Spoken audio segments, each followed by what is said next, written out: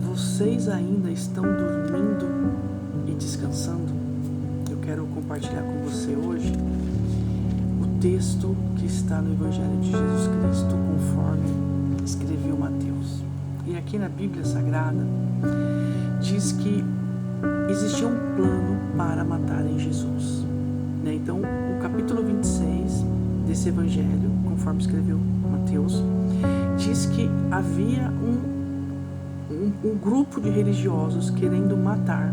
Eles se reuniram para capturar, prender Jesus e matá-lo, obviamente, para que se cumprisse uma profecia. E Jesus ali então, ele dá sequência ao plano, ele se senta com os discípulos, ele ensina, ele fala, ele anuncia, e ele então se prepara para a Páscoa, que era uma festa comum naquele tempo, entre os judeus. Isso fazia parte da tradução dos judeus. Então, a narrativa bíblica diz que uma mulher derrama sobre Jesus, então ali, sobre a cabeça de Jesus, um vidro de um perfume precioso. Os discípulos então reclamam, ficam indignados e cria toda uma situação. Isso tudo enquanto Jesus está anunciando a sua morte. Então perceba, Jesus está falando: olha, eu vou morrer, eu vou ao Pai, eu serei crucificado, eu serei moído, eu apanharei, Jesus está anunciando todo o seu sofrimento, mas os discípulos estão ali distraídos com alguma coisa, se preocupando com a vida da irmãzinha que estava prestando adoração, e os religiosos preocupados em matá-lo. Então, Judas, ele, na sequência do texto, Judas, então, vai negociar com os seus comparsas, no sentido da traição de Cristo, onde ele faz a proposta ali da venda de Jesus a troco de moedas. Os discípulos, então, preparam a Páscoa, O traidor é indicado porque durante aquele momento de comunhão, onde os 12 discípulos estão reunidos com Cristo, Jesus, ele diz assim: olha, ao cair da tarde, Jesus se coloca ali na mesa com os discípulos, à mesa com os discípulos, enquanto eles comiam. Então veja, no momento da comunhão, no momento da mesa, Jesus fala: em verdade lhes digo, um de vocês vai me trair. Só que ninguém desconfiou de Judas. Então todo mundo começou: serei eu, serei eu, serei eu. Começou a questionar. Eles começaram a questionar Jesus. E até Judas disse: serei eu? E aí Jesus responde: você o disse. Então Jesus confirma. E ali Jesus então, ele come com seus discípulos, ele segue o plano. Apesar de tudo que está acontecendo ao redor, Jesus segue o plano. E Jesus então pega o cálice, pega o pão, abençoa, reparte, explica para os discípulos que aquele momento era um momento de memorial que eles deveriam fazer depois, e hoje nós fazemos no momento de ceia ali.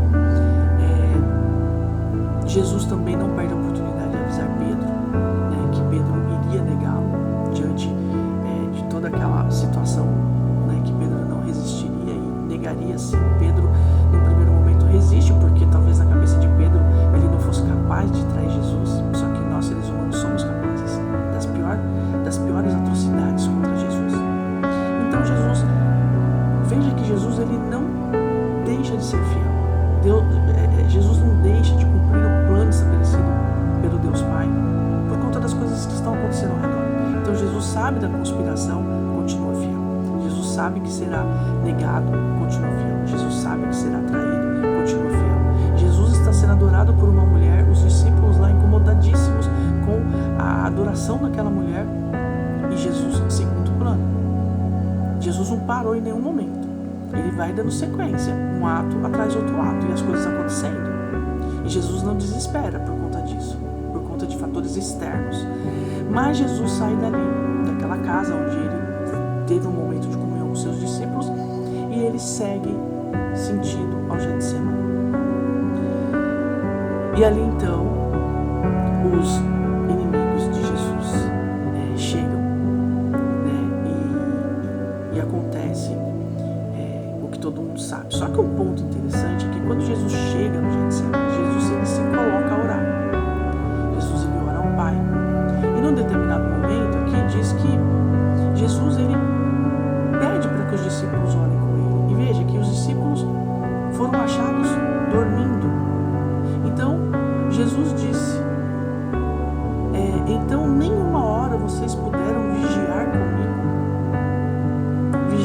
ore, porque vocês não sabem, né, quando que as coisas vão acontecer, quando a tentação vai chegar. Então vocês precisam estar sempre em oração e vigilantes para suportarem, porque Jesus estava orando e vigiando para que ele não deixasse de cumprir aquilo que foi determinado pelo Pai.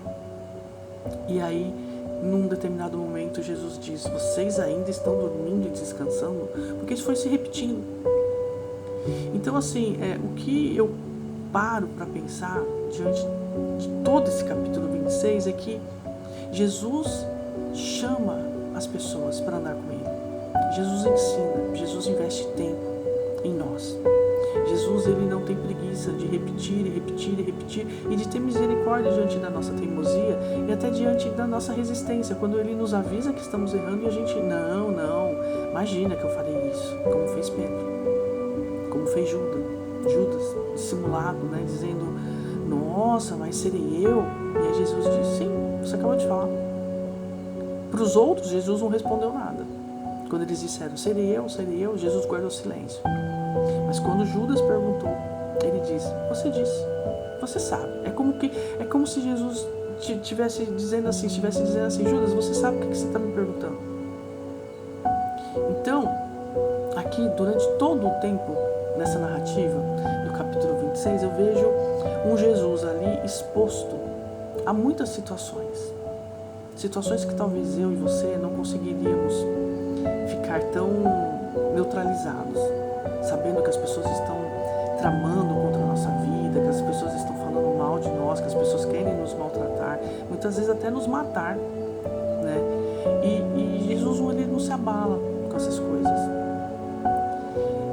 Jesus se abala quando ele percebe que a ira de Deus vai ser derramada sobre ele e ele vai se ausentar do Pai.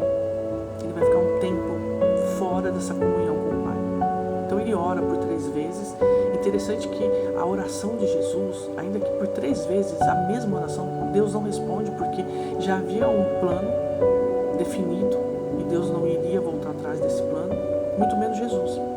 Então, quando Jesus ele ora ao Pai e o Pai não responde, Jesus não deixa de fazer o que ele sabe que ele tem que fazer. Mas os discípulos estavam ali distraídos. Tanto que Jesus disse: vocês ainda estão dormindo e descansando? Tipo assim, agora é hora de dormir e descansar? Eu estou prestes a ser morto. Eu vou morrer pelo pecado da humanidade. E vocês dormindo, descansando, não foram capazes de orar comigo e vigiar nem 1 hora sequer. Nem por 60 minutos vocês foram capazes de orar comigo. A gente acabou de ter um tempo de comunhão. Eu expliquei para vocês tudo o que está acontecendo. Eu estou indo para a cruz derramar meu sangue. E vocês dormindo, descansando. Sério. Então, assim, no texto a gente não consegue entender a expressão, né, de como Jesus falou isso, da sua voz, do seu olhar, né, no seu semblante. A gente não consegue imaginar, mas acredito que tinha uma tristeza no coração de Jesus, tinha uma indignação, tinha um sentimento ali de repreensão em relação àquela atitude dos discípulos. E hoje não é diferente, porque Jesus está voltando. E isso já foi anunciado. Nós cristãos cremos que Jesus vai voltar, mas será que quando Jesus retornar, ele vai nos achar dormindo e descansando? Será que nós estamos tão desapercebidos assim, nesse momento tão glorioso para alguns, os salvos, mas tão tenebroso para aqueles que não estão salvos? E assim, se Jesus retornar e nos achar dormindo e descansando atrás dos nossos próprios interesses, será um dia que talvez ele olhe e diga: não vos conheço, apartai-vos de mim, malditos.